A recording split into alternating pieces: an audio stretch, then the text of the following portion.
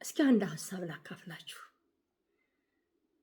ሐዋርያው ጳውሎስ ለመንፈሳዊ ልጁ ለጢሞቴዎስ የሰጠውን ማስጠንቀቂያና ምክር ሁለተኛ ጢሞቴዎስ ምዕራፍ 3 ከቁጥር 1 ጀምሮ ነገር ግን በመጨረሻው ቀን የሚያስጨንቅ ዘመን እንዲመጣ ይህን እወቅ።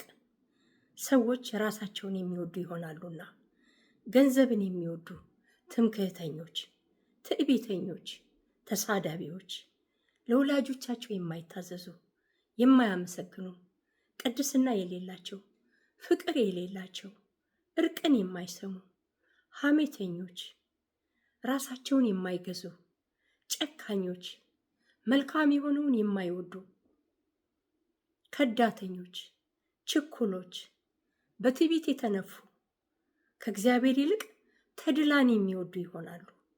የአምልኮት መልክ አላቸው፣ ኃይሉን ግን ክደዋል።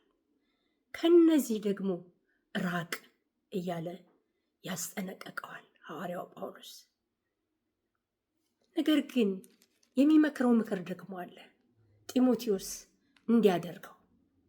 ከቁጥር 12 እስከ 14 በዛው ምዕራፍ በእውነትም በክርስቶስ ኢየሱስ እግዚአብሔርን እየመሰሉ ሊኖሩ የሚወዱ ሁሉ ይሰደዳሉ።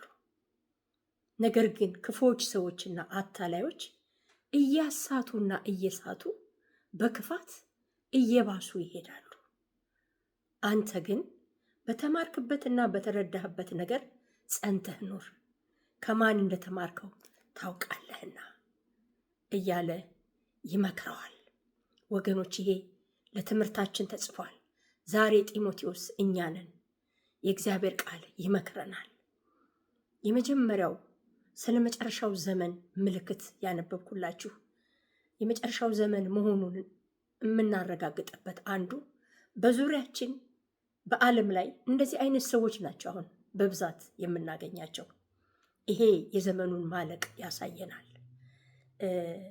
ቀጥዬ ካነበብኩት ክፍል ደግሞ ክፉዎች ሰዎችና አታላዮች እያሳቱና እየሳቱ በክፋት እየባሱ ይሄዳሉ የሚለው ደግሞ ዓለም ከነ ክፋቷ እየባሰች እንደምትሄድ፣ እየተሻለ እንደማይሄድ፣ ክፋት እየጨመረ እንደሚሄድ፣ አመፅ እየጨመረ እንደሚሄድ ይህን እንመለከታለን። ስለዚህ እኛ ምን እናድርግ?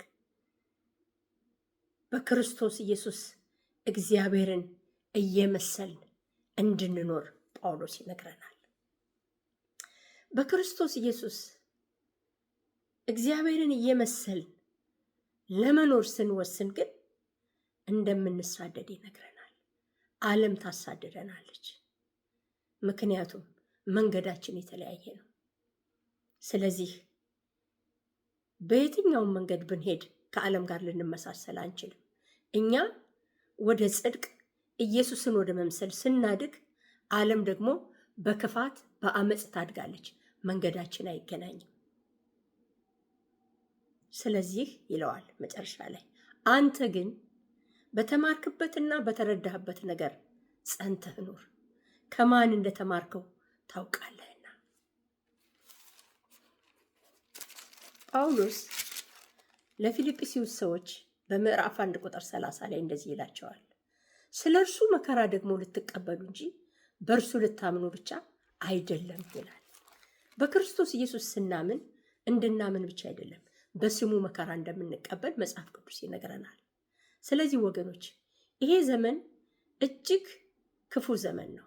ዓለም በሞላው በክፉ እንደተያዘ እናውቃለንና ይላል እግዚአብሔር ቃል።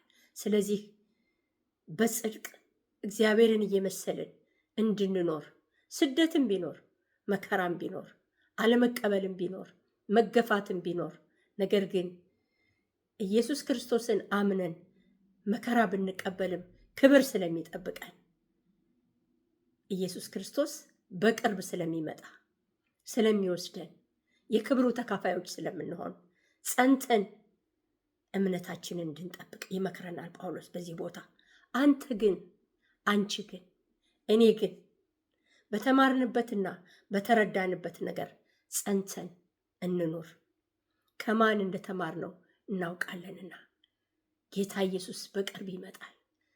እስከ መጨረሻው የሚጸና እርሱ ይድናል ይላል እግዚአብሔር ቃል። ስለዚህ እስከ መጨረሻው እንድንጸና መንፈሱ ይረዳናል፣ ጸጋው ያግዘናል። ወገኖች ስለ ትንሽ ምግብ ሲል በኩርነቱን እንደሸጠው እንደ ኤሳው የተቀበልነውን ሕይወት እንዳንጥል ተግተን ሕይወታችንን እንድንጠብቅ በዚህ ክፉ ዘመን ጌታችን ሲመጣ በክብር ይወስደናል። ክብር ለጌታ ይሁን።